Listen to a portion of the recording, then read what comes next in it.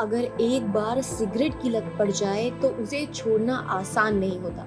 यही वजह है कि जो लोग सिगरेट छोड़ना चाहते हैं उन्हें बहुत दिक्कतें आती हैं। लेकिन जब आप वाकई में स्मोकिंग छोड़ देते हैं तब क्या होता है? इसमें कोई शक नहीं कि सिगरेट छोड़ने का आपका फैसला आगे चलकर आपकी हेल्थ के लिए फायदेमंद साबित होता है।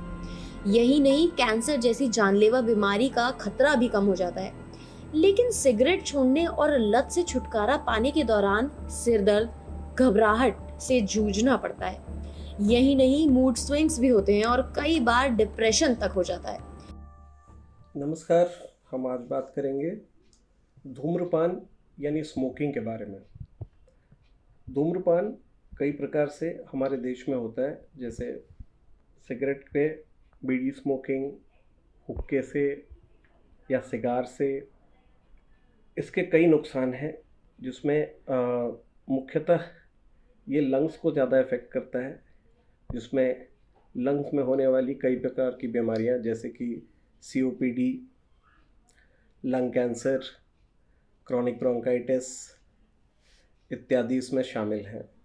इसके अलावा पेट के कई कैंसरों का भी इससे एसोसिएशन देखा गया है।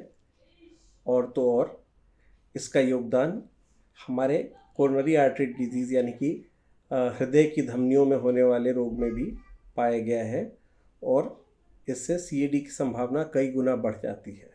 जितना लंबा हम धूम्रपान यानी स्मोकिंग करते हैं किसी भी रूप में, उतनी ही ज़्यादा हमें कई प्रकार के रोगों के होने की संभावना बढ़ जाती है और जान पर खतरा भी बढ़ जाता है।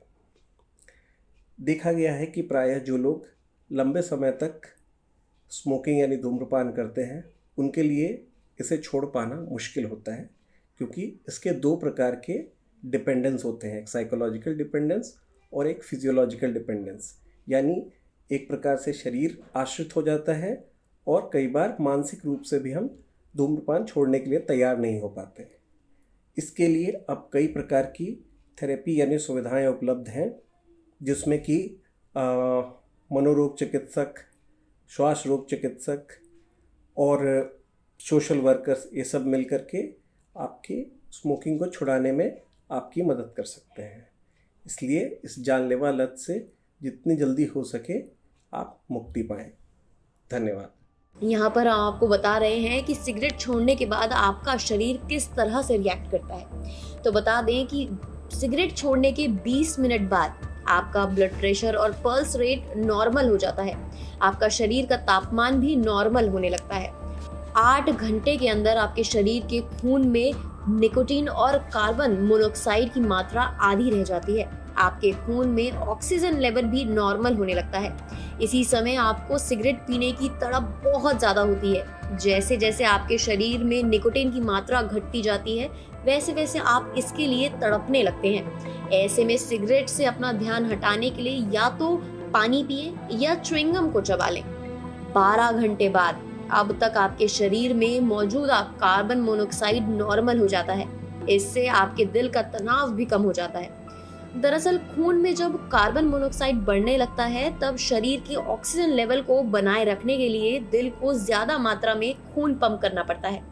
जो लोग सिगरेट पीते हैं वे सूंघने और स्वाद के मामले में कच्चे होते हैं। दरअसल सिगरेट उन सेल्स और नसों को नुकसान पहुंचाती है जो सूंघने और स्वाद के महसूस करने के लिए जिम्मेदार हैं। सिगरेट छोड़ने के बाद 2 दिन में ये नसें फिर से नॉर्मल होने लगती हैं। सिगरेट छोड़ने के 3 दिन बाद मूड स्विंग्स और चिड़चिड़ाहट अपने चरम सीमा पर होती है।